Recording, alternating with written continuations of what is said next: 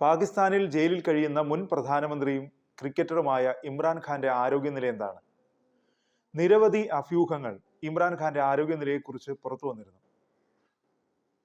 കഴിഞ്ഞ കുറേ നാളുകളായി കുടുംബാംഗങ്ങൾക്ക് ഇമ്രാനെ കാണാനോ ഫോണിൽ സംസാരിക്കാനോ കഴിയുന്നില്ല. ഇപ്പോഴിതാ ഇമ്രാന്റെ ആരോഗ്യനിലയെക്കുറിച്ചുള്ള കൃത്യമായ വിവരങ്ങൾ പുറത്തു വരുന്നു. ഇമ്രാനെ കാണാൻ കുടുംബത്തിന് അനുമതി നിഷേധിച്ചതോടെയാണ് സംശയങ്ങൾ ഉയർന്നത്. പിന്നാലെ സഹോദരിമാരും ഇമ്രാന്റെ മകനും പ്രതിഷേധവുമായി എത്തിയിരുന്നു. ഇപ്പോഴിതാ ജയിലിൽ കഴിയുന്ന ഇമ്രാന്റെ ആരോഗ്യനിലയെക്കുറിച്ച് ഏറ്റവും പുതിയ വിവരങ്ങളാണ് പുറത്തു വരുന്നത്. ഇമ്രാന്റെ ആരോഗ്യനില അതീവ ഗുരുതരമാണെന്നാണ് റിപ്പോർട്ട്. സുപ്രീം കോടതി നിയോഗിച്ച അമിക്കസ് ക്യൂറി സൽമാൻ സഫ്ദർ തയ്യാറാക്കിയ റിപ്പോർട്ടിലാണ് ഇമ്രാന്റെ ആരോഗ്യനിലയെക്കുറിച്ചുള്ള വിവരങ്ങളുള്ളത്.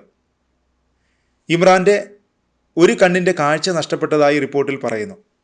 ഇമ്രാന്റെ വലത് കണ്ണിൻ്റെ കാഴ്ചശക്തി 85% നഷ്ടപ്പെട്ടതായി അമിക്കസ് ക്യൂറിയുടെ റിപ്പോർട്ടിലുണ്ടെന്നാണ് മാധ്യമങ്ങൾ റിപ്പോർട്ട് ചെയ്യുന്നത്. കണ്ണിനുള്ളിലുണ്ടായ രക്തസ്രാവം കട്ടപിടിച്ചതാണ് കാഴ്ച നഷ്ടപ്പെടാൻ കാരണം. ജയിൽ അധികൃതരുടെ അനാസ്ഥ മൂലമാണ് ഇങ്ങനെ സംഭവിച്ചത്. 2025 ഒക്ടോബർ വരെ ഇമ്രാൻഖാന് സാധാരണഗതിയിലുള്ള കാഴ്ചശക്തി ഉണ്ടായിരുന്നുവെന്നും റിപ്പോർട്ടിൽ പറയുന്നുണ്ട്.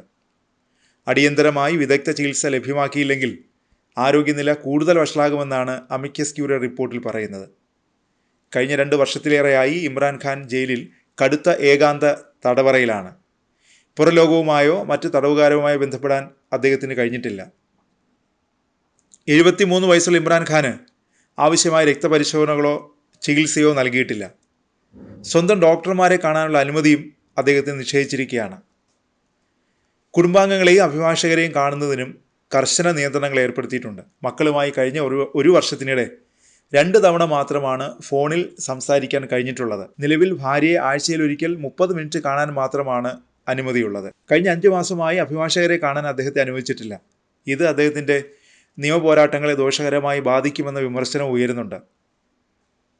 അതിനിടെ ഇമ്രാൻഖാന്റെ അറസ്റ്റിന് പിന്നാലെ നടന്ന കലാപവുമായി ബന്ധപ്പെട്ട കേസിൽ പാകിസ്ഥാനിലെ ഭീകരവിരുദ്ധ കോടതി 7 പേർക്ക് ഇരട്ട ജീവപര്യന്തം തടവ് ശിക്ഷ വിധിച്ചിരുന്നു. ഡിജിറ്റൽ പ്ലാറ്റ്ഫോമുകളിലൂടെ ജനങ്ങളെ ആക്രമണത്തിന് പ്രേരിപ്പിച്ചുവെന്ന കുറ്റം ചുമത്തിയാണ് ശിക്ഷ. മാധ്യമപ്രവർത്തകരും യൂട്യൂബർമാരും മുൻ സൈനിക ഓഫീസർമാരുമാണ് പ്രതികൾ. ഇമ്രാന് അധികാരം നഷ്ടമായതിന് പിന്നാലെ ഇവരിൽ പലരും രാജ്യം വിട്ടിരുന്നു. ജീവപര്യന്തത്തിന് പുറമെ 35 വർഷം തടവ് ശിക്ഷ വേറെയും വിധിച്ചിട്ടുണ്ട്. സൈനിക കേന്ദ്രങ്ങൾക്ക് നേരെ നടത്തിയ ആക്രമണങ്ങളുമായി ബന്ധപ്പെട്ടാണ് കേസ്.